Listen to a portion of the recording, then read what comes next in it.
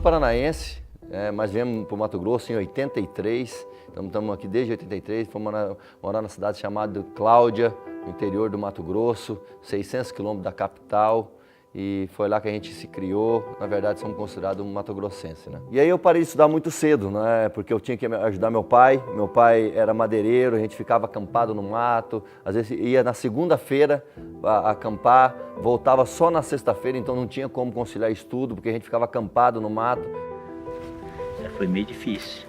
Na época era tudo mais difícil que hoje, né, cara? Não tinha asfalto, né? Tudo estrada de chão. Meu serviço era trabalhar em mato. E aí, em 1992, eu comecei a trabalhar como torneiro mecânico. Está aqui o torno, o primeiro torno que eu trabalhei. Trabalhei aqui durante 4 a 5 anos. Foi nesse lugarzinho aqui que a gente teve a primeira profissão. Era difícil, tadinho. Ele era molecote, ele sofria tanto. Chegava em casa, a gente só via o zoinho dele, por a graxa, né? Mas ele era um mecânico bom, um soldador bom. Aquele torneiro, ele era bem, nossa. Mas eu via que naquilo não era o que eu queria para minha vida. Eu sabia que algum dia eu ia encontrar alguma coisa que pudesse mudar minha vida. Eu gostava muito de esporte, eu comecei a correr de motocross. Eu ia nas pistas, via os pilotos treinando e eu comecei a gostar daquilo. Até que eu resolvi comprar uma moto, né, com meus recursos mesmo. Comprar uma moto, trabalhei, comprei, vendi um carro que eu tinha para comprar essa moto, para mim começar a competir.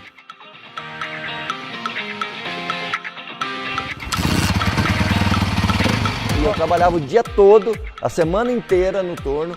Aí na sexta-feira à tarde eu carregava minha moto, ia para a corrida, ia lá, corria no sábado, no domingo e depois carregava a moto e voltava embora, porque segunda-feira a gente tinha que estar aqui de novo, trabalhando, né, para ganhar nosso pão de cada dia. Meus amigos não acreditavam, nem ninguém mais próximo de mim acreditava que eu poderia dar certo, mas mesmo assim eu persisti. E com o tempo eu comecei a realmente pular, comecei a competir. E no meu primeiro ano eu fui piloto revelação no Campeonato Mato Grossense de Motocross. Eu lembro quando um amigo meu começou a me ligar e falou para mim, ó, você queria um negócio para você ganhar dinheiro? Eu encontrei esse negócio para você. Eu tinha que sair da cidade de Cláudia, né, que era a minha cidade, para ir para Sinop, conhecer, que é uma cidade vizinha, mas era 80 quilômetros de chão na época, para poder conhecer essa oportunidade. E era um dia inteiro de evento. Quando eu cheguei lá, deparei com aquelas monte de carros adesivados, aquele monte de gente, aquele tumulto de pessoas, e eu falei assim, volto embora ou já estou aqui e entro? Eu já tinha andado 80 quilômetros, falei, vou assistir. E eu entrei sim naquele negócio, e eu não entrei pensando em morar onde eu estou morando hoje, dirigindo os carros que eu tenho hoje. Eu entrei pensando em ganhar 3 mil por mês. Na minha época era o dobro do que eu ganhava. Eu sou de Barra do Garças, né? Nascida e criada em Barra do Garças. E eu fazia cursinho pré-vestibular, e à tarde eu trabalhava na casa de carne. E um dia, eu lembro que era uma segunda-feira, passou uma pessoa pedindo uma informação, e do nada ele me fez um convite para me conhecer uma oportunidade de negócio que era para ganhar dinheiro.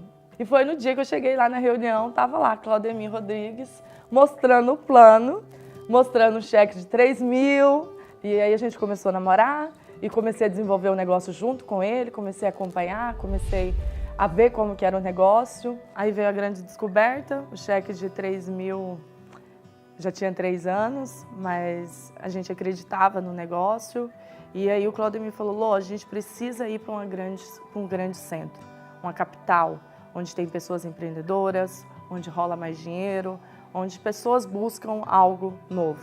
E aí veio a grande ideia de mudar para Cuiabá. Nós chegamos em Cuiabá sem conhecer ninguém, a convite de um amigo nosso, dormi no fundo do escritório dele, nem o colchão nós trouxemos, veio emprestado dele, ficava ali durante a noite, dormia, levantava cedo para trabalhar, andava de bis, saía mostrar o plano para as pessoas na rua. Um dia nós chegamos, depois, 8 horas da noite, o dia inteiro trabalhando na rua, e chegamos para dormir, para descansar, né? Apesar de estar no fundo do escritório, chegamos lá, esse colchão não estava lá, porque esse amigo meu tinha levado o colchão embora. A gente acordou cedo e falou, a gente precisa procurar um canto para a gente ficar, ou senão a gente volta para trás e assume que a gente não deu certo. E aí eu falei, voltar para trás? Não, a gente veio até aqui, vamos continuar. Alugamos um apartamentinho muito pequenininho, com o cheque emprestado do pai dela. E apesar de estar morando naquele apartamento pequenininho, a gente continua acreditando que daria certo.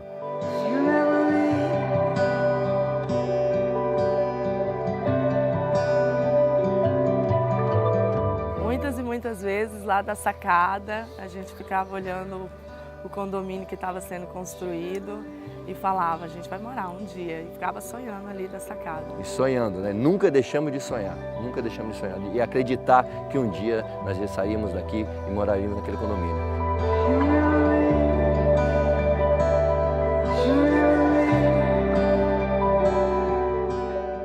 Mas depois de tudo isso, foi quando surgiu a proposta da Rinodê na nossa vida. Eu lembro até hoje que o meu patrocinador é o Toshiro, ele me falava, acredite, cara, essa empresa vai mudar a sua vida. Venha conhecer o que é a Rinodê. A Rinodê tá começando, mas vai ser gigante.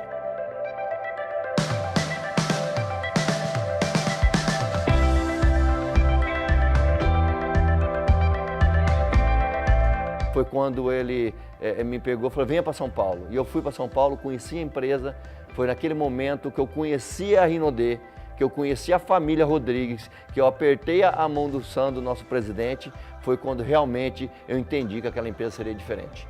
Eu vi no olho do nosso presidente o que ele tinha para poder levar para as pessoas. E já não era mais dinheiro, e sim a missão de mudar a vida das pessoas. E era uma casa velhinha, caía nos pedaços. Eu dou graças a Deus, ele que me deu essa casinha, que se não fosse ele, né, eu não tinha uma casinha bonita até hoje. Ele sempre foi sonhador, desde de pequeno ele sempre falava que um dia, até na questão da casa, ele sempre falava para minha mãe que um dia ele ia conseguir dar uma casa para ela e ele, né, prometeu e cumpriu, com a graça de Deus. Moravam os dois juntos, né?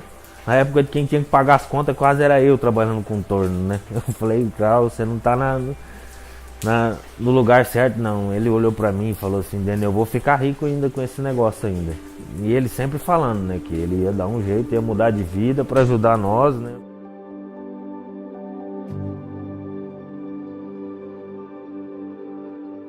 Primeira vez que a gente conheceu esse lago, esse lugar maravilhoso, né? E a gente estava num barquinho pequeno, né, Lô?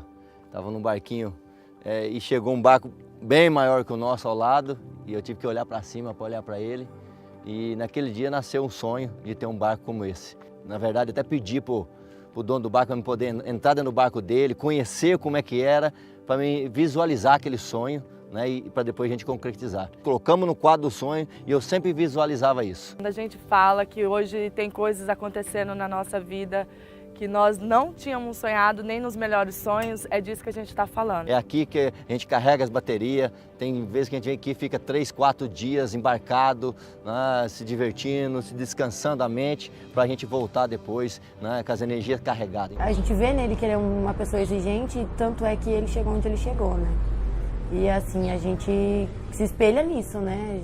Eu mesma tenho orgulho, bastante orgulho dele, que ele é um paizão, mudando de vida, ele mudou muito a nossa. Eu tenho hoje em dia muita oportunidade, né? Muito mais oportunidade com ele. O pessoal não apoiava, não dava credibilidade nenhuma para ele. Toda vez que ele, tanto é que ele começou o negócio, ninguém acreditou. E mesmo longe, ele sempre tenta estar presente da gente, mesmo trabalhando muito, ele tenta ser um pai bem presente. Que eu posso ter tempo com a minha família, eu posso ter tempo para desfrutar, eu posso ter o luxo de ficar um dia dentro de casa e não ter que sair trabalhar e poder desfrutar do meu barco, poder desfrutar da minha vida. Hoje é o que a Rinodê nos proporciona, realmente ter uma vida digna, uma vida surreal, uma vida que eu jamais sonhei há 16 anos atrás. Se me falasse para mim que eu ia estar vivendo uma vida dessa, eu ia chamar a pessoa de maluco. Você é responsável pela sua história.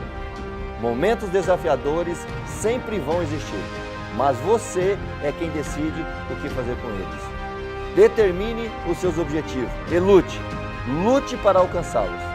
Só assim você poderá ir do impossível à realidade.